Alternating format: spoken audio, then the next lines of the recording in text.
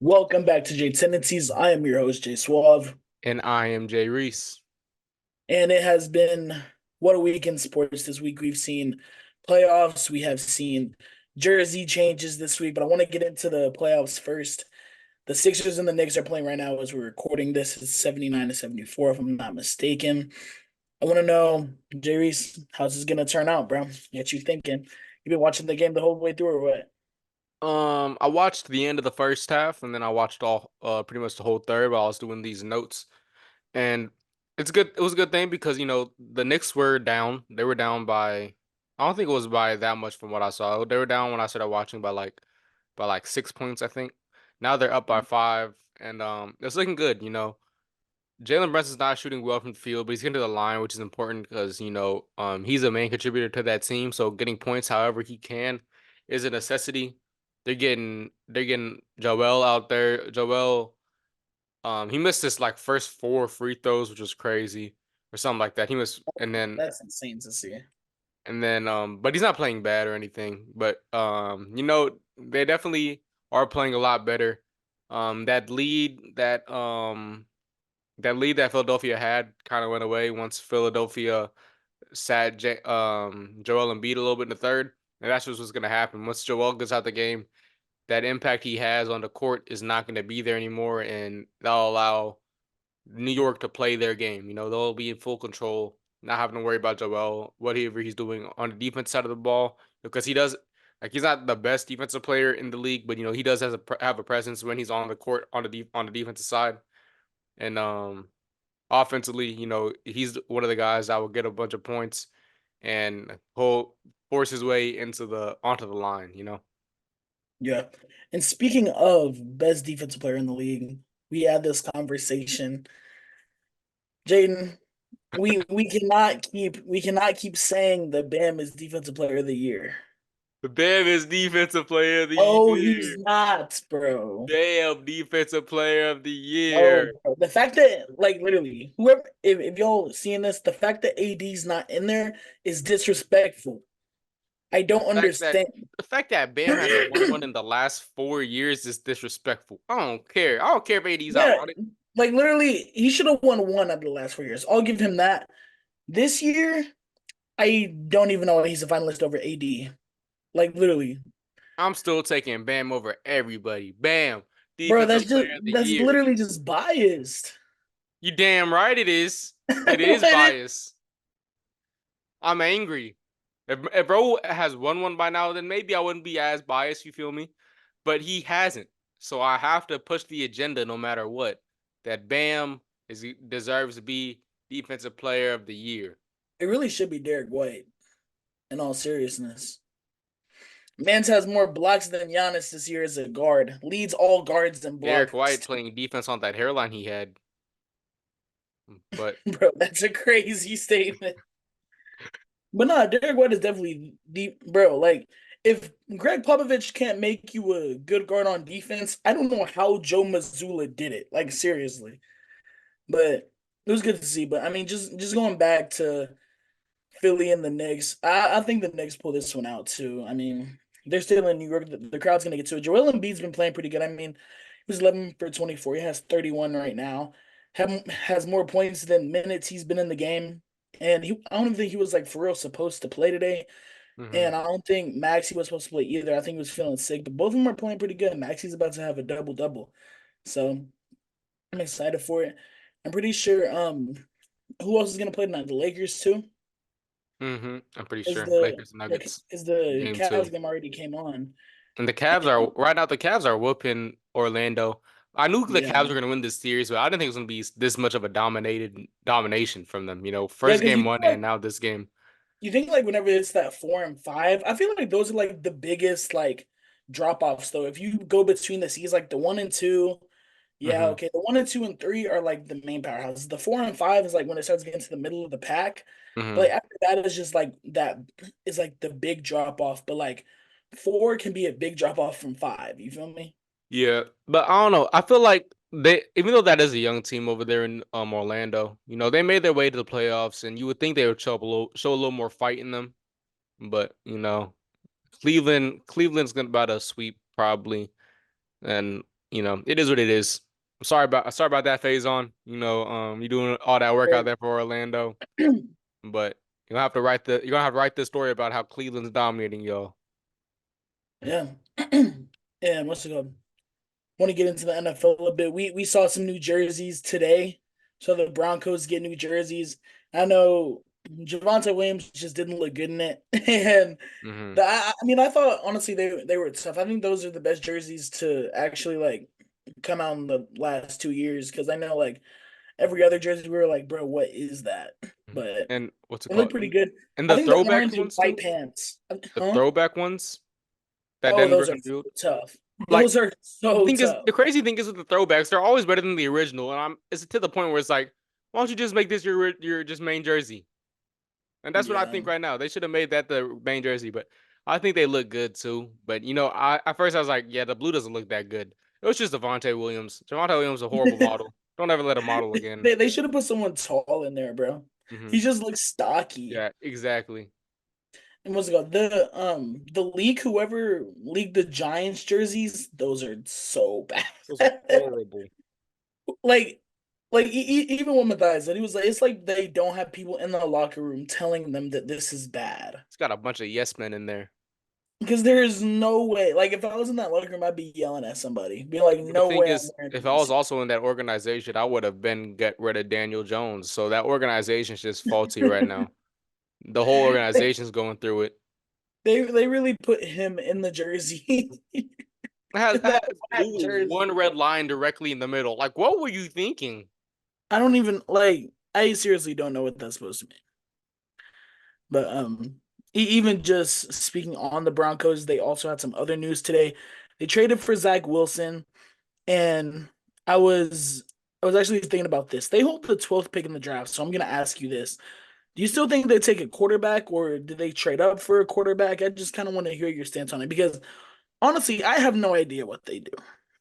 So, um, at first I thought they were gonna be one of the main ones competing for the trade up so they can get JJ McCarthy at quarterback. Hmm. But now with Minnesota getting all those new picks too from the for tampering with Kirk Cousins and everything from Falcons, I definitely think Minnesota's about to trade up and secure JJ McCarthy. And these are two teams with two very bad jet quarterbacks on their rosters. You have the Minnesota Vikings with Sam Darnold, and now you have the Denver Broncos with Zach Wilson. And Zach Wilson, I think if anybody can try to fix him, it could be Sean Payton. It's all a matter of fact of if Sean Payton wants to do that. Yeah. And at this point in his career, I don't think he does. So I do think they're still going to look for a quarterback.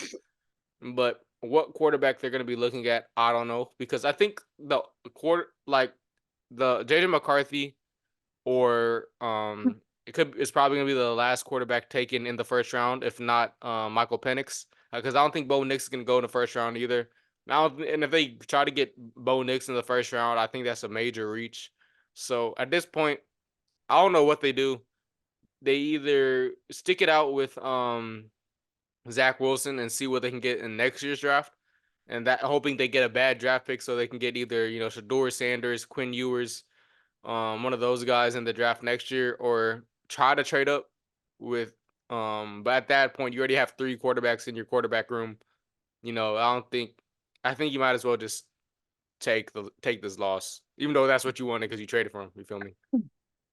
That's what I thought too. And honestly, I really didn't see the point in trading for Wilson, even though their quarterback is Jared Stidham. Hmm. But I mean, to if you're gonna go and draft another QB, you're gonna have three QBs in this room, and who knows? All of them might be bad. So let's go. I know you were talking about Bo Nix. I saw this terrible mock, and it was from Chris Chaprasso. We could actually work for like ESPN, bro, because there's no What do you way, or say? like the NFL.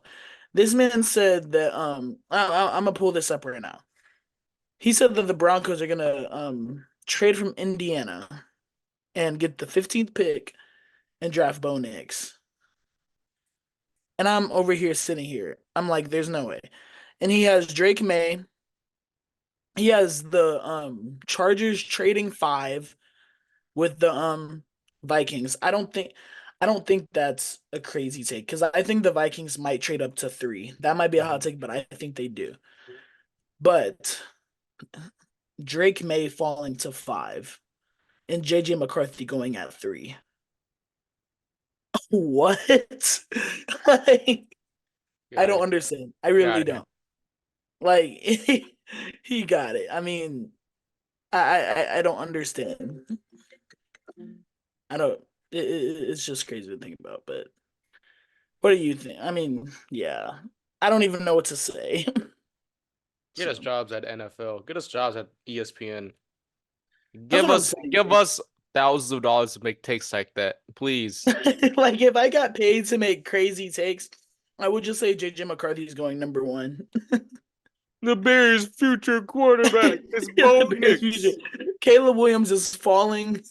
Actually, the Chicago Bears are gonna wait for Caleb Williams at number 9. Caleb Williams is going number 33 to the Carolina Panthers. Face ass. Literally, bro.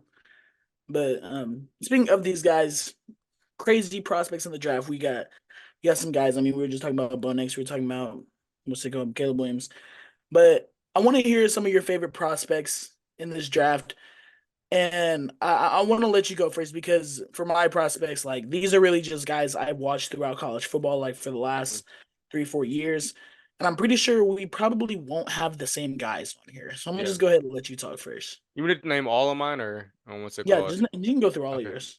Because I like first thing I looked at when I was doing researching this because I wanted to definitely talk about some cornerbacks I really liked because me being a defensive minded guy, really enjoying the defensive side of the ball. These are guys I think could really have an impact that I really think are really great players. First off, we have Cooper DeJean, obviously. The I think he's the best cornerback prospect right now in the draft because he shows a lot of grit. He's a really gritty guy. But for real though, for real, That's a crazy statement. He for just real though, plays the game the right way. he plays the game the right way. But to be real, he's a really versatile player. He can play outside, he can play inside, he can play safety. Whatever you guys need him to do, he can do. And then, like, looking at the Philadelphia side of things, he reminds me a lot of how we use Jalen Mills and Sidney Brown, where we can plug and play you wherever we need you. You can go ahead and play safety if we need you to play safety. You can go play outside corner if we need outside corner, or if we need some help in the slot, you can go over there and take over in the slot. And that's the kind of things I like seeing in cornerbacks, that can move around and be versatile. So I think he's gonna be a really great pick by for whoever gets him. And the biggest weakness I've seen from him is just his tackling and his poor hip movement. Because when your cornerback, hip movement is the most important thing. And having poor hip movement is really bad when you're specifically in man coverage, when you're pressing and you're following deep routes, because you need to be able to open up your hips and go around with those quick cuts, especially in press, because you have to get your hands active and then your hips active to follow the receiver wherever he goes. So those are things he'll need to work on, but those are things I think he'll be able to work on once he gets to the league. So I'm not too worried about that. I also got Terrion Arnold and Kool-Aid McKinstry, both the cornerbacks from Alabama. Boo! Terrion Arnold's bad. Terrion No. Arnold, former safety, he's a new cornerback, but I think he has a lot of Stop. capabilities of being a great cover guy. He has great athletic ability. I think that will translate well to the field. He's really good in the run game, which is something you don't really hear a lot when you're talking about quarterbacks. But that's nice. I like seeing cornerbacks that are good in the run game. Stop looking at me, Playboy. I see you over there. Don't look at me like that. And the biggest weakness I've seen, is his lack of feet and eye discipline, which are really bad things to be bad at whenever you're a cornerback. Because your eye discipline is really the most important thing. Because if you're falling for all those fakes, if you're falling for the double moves, if you're losing track of the receiver because you're looking back in the backfield when you're in man zone, no matter what, and you're losing sight of the guy you're covering, that's all leads to bad things. It leads to big plays for the offense, and that's not something you want to have happen when you're a cornerback. But I think his athletic ability is gonna be able to like is what's boosting him up in the mock drafts. And I really like his athletic ability. And I think that will translate well to the league, and it will help him a lot trying to develop his game as a corner. Last guy already said Kool Aid McKinstry. He's a very smart defensive player. He's been starting ever since his freshman year for Nick Saban's defense, and Nick Saban's defense is always pretty legit. So, you know, that's like there's nothing else I really have to say. You know, he what he lacks in athletic ability, he makes up with his IQ and his football intelligence. You know, his biggest inconsistency that I've seen so far is his effort, which is whether it's on a run play, whether it's when the ball is not going his way, or if or his inconsistent reaction time. You feel me? So if he gives that effort, I think that problem will be subsided. But I feel like that's a lot of the reasons why teams have him falling in the draft, because you want an effort guy. You want a guy that will put out a maximum effort every play, no matter if it's a run or pass. You feel me? And if a team sees you're slacking in college, that's really going to amplify those habits are going to follow, especially when you're doing that on a Nick Saban Alabama team. Like in the NFL, I feel like it's just going to get worse, and that's why he's falling a lot. So if we stay where we're at 22, Philadelphia, I wouldn't mind getting him at all. But it all depends, you know. Also, my favorite quarterback prospect is actually Jaden Daniels, which is I don't that's probably not crazy to say because he is a Heisman winner, but I really like his speed and versatility. I love dual threat quarterbacks. He's good in his pre-snap reads. He has good footwork. His main weaknesses that I found really were his frame. People are obviously gonna complain about his frame because you know he didn't he get hurt a couple years ago, or maybe I'm bugging. He hurt a couple years ago.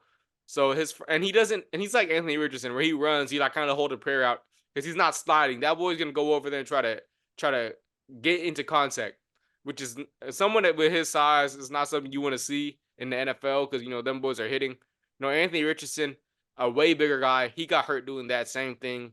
So hopefully he learns how to relax a little bit on his runs when he's running in the NFL. And the only Get other them in thing a was baseball training camp. I'm saying, bro, all quarterbacks need to go to that. Like that should be a mandatory thing when you're getting drafted. You feel me? But the last thing was his ability to push the ball downfield. His deep ball leaves a lot of room to be desired, and he doesn't put a lot of zip on the ball when he's getting the ball out there, which could be an issue. But I feel like the upside is way better than the downside in this case scenario. And last but not least is Xavier Worthy. You know, a early second round draft pick, late first round. You know, elite speed. He's been moving up draft boards a lot ever since the combine because of his record breaking 40-yard dash. He has great route running, and he can take the top off of defenses. You know, he has great breakaway speed, which is all great things when you see a receiver. The biggest weaknesses that he has though is his strength and his frame. You know, getting having the ability to get off the press. Um, his size, you know, he could get injured, but I don't want to bring size into it just because you know we have seen good smaller receivers do really well in the league, like my boy Smitty. You already know how I feel about Smitty, so I wouldn't take frame too much into things at wide receiver. As long as he works on his strength, I think he'll be straight. Because if his strength isn't up there, though, that will lead to a lot of injuries as well, alongside of his frame. You feel me? And that's it. That's all Yeah, I got for my prospects. I feel you, and those are some really good prospects. I'm really high on. I'm really high on what's it called? Oh boy, Xavier Worthy, Mhm, and I hope Cooper DeJean works out. I can't say I agree. I can't say I agree for Tyrion Arnold either. But I mean, a corner being good in the run game, it's a pretty good quality to have. mhm, But I'm gonna go and start with mine, and I wanted to talk about some guys that like some people just don't get like the attention, and these are like some mid round guys, but like this draft is so deep that like the mid round guys could be first round guys in a whole other year. You feel me? mhm, My first guy, I have Tommy Eichenberg from the Ohio State University, and I've been watching him for years, and he made his mark on Ohio State defense the last few years. He finished a two-time captain. Career had 268 tackles, 21 tackles for loss, and 3.5 sacks this past season. And he was named first team All Big Ten and won conference's Buckets Fitzgerald Linebacker of the Year. And the thing about him, I think he has good strengths, but also like I feel like he has bad weaknesses. And I feel like if he has to go to a team where he's like forced into coverage responsibilities, he won't thrive. But if he goes to a team where it's like, yeah, like read your key, fit in this hole, no diddy. But what's it called? You put him in a good scheme, he'll be good. But what's it called? Willing to throw his body into blockers. create lane traffic. He's just a dog like that. And if he gets his hands on you, you're going down. Like there's no breaking a tackle from Tommy Eichenberg. I'm sorry to tell you. And one more thing about him, he's also crazy on special teams too. Then I also want to talk about Ricky Purcell or Pearsall. I always forget how to say his last name. But from Florida, I didn't see him the last 2 years. And I don't know if you've seen it. You have you seen the video? And it's literally Ricky. He's from Florida and he catches the ball like this way and then brings it down and gets hit like right after and he gets lit up. Maybe I'm gonna I have think to I know what you're talking about, but I probably have to see it again. But I think I know what you're talking about. yeah, I'm gonna have to send it to you, but he was good the past 2 seasons. I mean this season, 65 receptions, 965 yards, 4 touchdowns. And the one thing I like about him as a receiver, he's not that big of a guy, but as him being small, he can sink his hips slow and actually get off the ball and get on routes quick, suddenly. And he's one thing bad about him though, he's not like too crazy like whenever he's going against press. And that's kind of because he's a small guy. Even though some small guys can get rid of that, he's not the biggest or the fastest, which is kind of against what he needs. But this man can catch too. I think he has one of the best hands in the draft. And he will lay out to make a catch too. And that's what I really like about him. But he's also one of the gadget guys that you can have on offense too. And I'm excited for him. I think he might go like I'm gonna guess like round 3 or late round 2 because there's some other guys that are just like him, Lab McConkey, but I'm gonna talk about him just a bit later. Then my third guy, Jermaine Burton, Alabama wide receiver. I've been watching him since high school, and his frame and just stature, I think, is just good for the NFL in general. And I think his route running is just great. And this man went to Georgia and Alabama. He's played in a Kirby Smart offense. He's played in a Nick Saban offense, and not even a Nick Saban offense. He was there whenever I literally just blanked on his name, but Texas is coach right now. But he was there whenever he was there, and I just think he's gonna be one of them guys, and he's gonna be a mid round guy, but he's going to make a team different, and I'm gonna stand on that today. My last guy I have on here. If you're a Dallas native or just a guy who kept up with Texas high school football, you're gonna know this guy, and it's Rakestraw Jr. And like I said, if you kept up with Texas high school football, he was on the Duncanville Panthers team back whenever they lost to North Shore in the state championship off that Hail Mary. Back whenever Ja'Kinden Jackson was there. When he went to Missouri throughout his years, and I think he's one of my favorite corners in the draft for sure. I think Missouri really developed this man. And I think highest he goes is late first round. And if he goes to a good team like the San Francisco 49ers, y'all are going to see this man thrive. And I'm telling y'all right now, that's how it's going to be. And I'm hoping he goes to the 49ers so y'all can see it happen. So that's who I got. Yeah, I forgot one prospect. It says his name is Jaden Reese. D1 athlete. Play at both sides Jaden of the Reese, field. athlete. Can play both sides of the field, whatever you need him to be. Quarterback, Literally running back, just him. corner, kicker. Really. They said he Yeah. can also play basketball if you need a center. LA Lakers, he got you. Damn, it's actually a guy that's projected to go number 1 right now. I think his name is Jay Suave. Oh, okay. That's Oh, I've heard him. I crazy. heard about him. I heard. That I that that heard. that says 6-time national champion. It says him. It says the best to ever do it. Damn, you must It be said, old as shit. 6-time national champion. That's 6 years in "Hey, bro. college. Hey, bro. Yeah, come on now. I was holding up 7. I'm an idiot, bro. I was like, Who you need to go back to college, brother." But yeah, I'm excited for these guys. I know it's not like the mainstream guys that y'all really see every day. Y'all see all the stories about them, but these are some guys that we definitely think are going to be game changers in this league, not game managers. Shout out Cam. But speaking right. of Cam, and I want to talk about needs that that we hope our teams will fill in this draft. And I'm gonna go ahead and start because I'm gonna keep mine short and sweet. Literally everything. Everything. And I think my biggest thing is definitely with us having the 33rd and the 39th pick. I kind of need us to go receiver, but at the same time, I think our defense will be straight. The fact that we kept a Hero Rivera, I think our defense will definitely be good.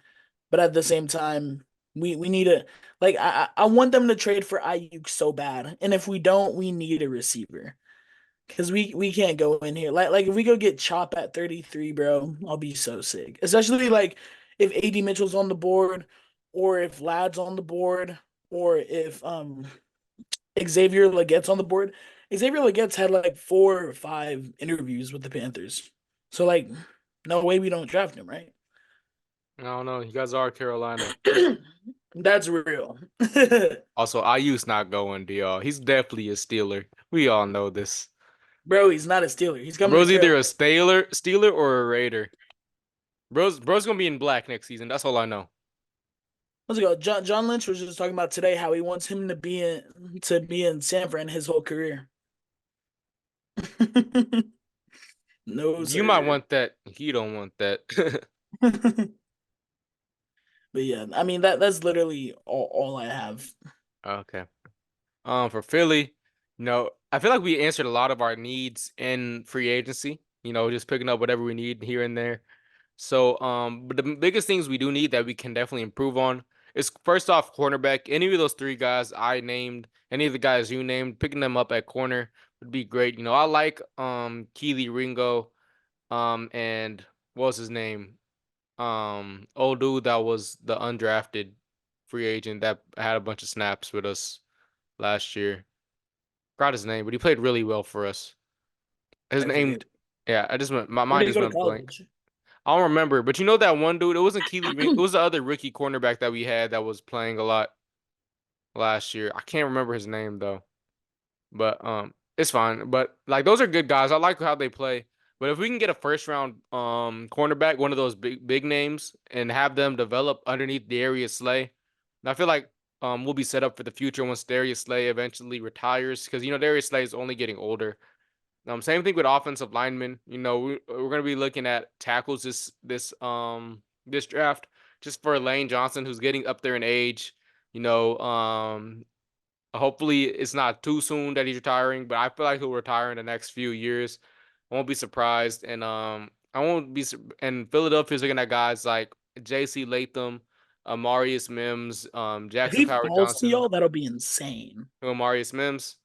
No, JC Latham. Uh, Yeah, I think that was one of the guys we might trade up for. Like, because we were looking to Mhm. trade up in the draft, see if we can get one of those bigger names. Um, Philadelphia, also don't be surprised if we get someone on the edge. We get like a Jared Verse, Latu, Chad Robinson, any of those guys. Don't be surprised if Philadelphia gets them because Philadelphia loves to draft edge rushers. And then we also need a off-ball linebacker. Edgerrin Cooper, excuse me, Jeremiah Trotter, Junior Colson, any of those guys in the second or third round whenever we can. Not in we're obviously not gonna need none of those guys in the first round because we're definitely look probably Cooper DeJean or Terrion Arnold if we trade up, just so we can have a guy that can play either corner or safety, whichever one we need him to do. But those linebackers are definitely guys we're gonna be looking at in the draft. Okay, bro. And I'm actually kind of excited for y'all's draft. Mhm. And Is this a segue to the next topic? yeah, and literally like some other teams I'm excited to see. I'm excited to see Philly, and it's just because Howie Roseman is always gonna make it happen, Hmm. per usual. And it's always like there's no way that he just Howied his way into this man or that man. And I'm like, there's actually no way he's doing this right now. And they're always gonna steal someone on draft day Hmm. whenever whenever Howie Roseman's there. But some other teams I'm excited to see. We mentioned some in the beginning, but the two teams I'm excited to see is Minnesota and the Broncos. And like I said early in here, Minnesota might trade up to pick 3, and I can't even tell you that I'd be surprised. because they need a guy that's gonna for sure make Justin Jefferson stay there. You feel Hmm. me? Yeah, But yeah. at the same time, I really do want the Panthers to take one of those picks, either 11 or 23. Hmm. And I like, please, please, Dan Morgan, I need it. But yeah, those are my guys that I'm excited to see. And for the Broncos, I mean, they're at 12. I feel like everyone before 12 just kind of has like solidified picks that could really happen. So like the Broncos could stay at 12 and still be set, but it's just like what if, you know? I feel you. That's my thing. Hey, some of the teams that I'm looking at, I didn't put Philadelphia on my list, like, which is crazy because I was like, yeah, we're gonna probably gonna have a good draft, but that'd be such a lazy pick for me, being a Philadelphia fan. So first off, I picked the Rams. It's the first year in like 8 years they have a first round pick, so I'm excited to see what they do with that first round pick. I Watch want them pick a bust, bro. That'd be crazy. I wouldn't be surprised if they pick a quarterback, not in the first round, but in one of the later rounds, like one of the good late like second day, third or third day picks. Just because, Matthew Stafford's getting up there in age, he's be getting injured and stuff like that. So I wouldn't be surprised if they get one of these guys to kind of develop under Matt Stafford and try to set themselves up for the future at the quarterback position. They got Um, Stetson the legend Bennett, bro. bro, I don't even think he's on the team no more. Are you serious? I thought he got cut like during the season, bro. I'm pretty sure. There's no way. But which is crazy. The Carolina Panthers, not because y'all made like some moves this offseason, but nothing crazy. Like that was really great. So I'm really excited to see what y'all do. I'm excited to see what kind of because I think y'all will get a receiver with your 33rd overall pick. And I'm excited to see who y'all get. I'm excited to see how y'all build up that offense or that defense in the draft because I want to like even though I don't want to see the Panthers succeed, I want to see Bryce Young succeed. And the draft is the next best thing Bro. to see it happen. You know how it is, bro's, bro. You bro's know just how it hating, is. bro. The last team is the Cardinals. I still hate you, Jonathan Gannon, but I've been a Cardinal fan ever since Larry Fitzgerald. That's always been my second favorite team, always behind Philly. So I do hope they do good in the draft, and they have 2 first round picks this year, and they might trade back from 4. It's not for sure that they are. It's not for sure they're gonna stay. But that's one of the teams to look out to trade back to get more draft capital. So the Cardinals is definitely my last team I'm excited to see.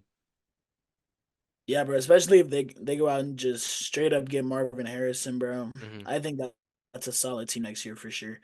Hmm. Especially with Paris Johnson having that year under his belt, playing right tackle for him. Hmm. That team honestly might be different, bro. And literally, just speaking of this, we're gonna get into this last topic. Who do you think will fall or be picked early on draft day? All right. And All right, huh? go ahead, go ahead, go ahead, go ahead. For me, whenever I thought about this, I didn't necessarily think like there's not too many guys who are gonna be like it's either you go up like you were probably a early early round pick, let's say like second round or third round. Hmm. I feel like the highest like you'll go after that is like maybe mid round of the round before. Hmm. And I literally put I think like 3 guys in here, and I know I talked about it one time. I think Keon Coleman falls. I think he falls to early second round, maybe mid second round. And I know this guy won't go super early, but Malachi Corley from Western Kentucky University goes earlier than expected.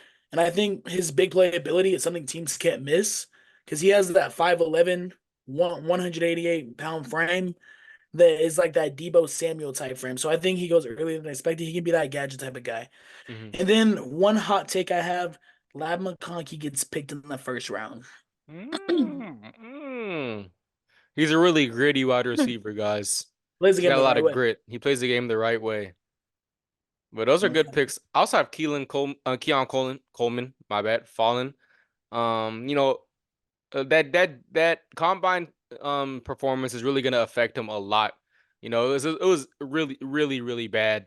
So he's definitely gonna fall quite a bit in the draft.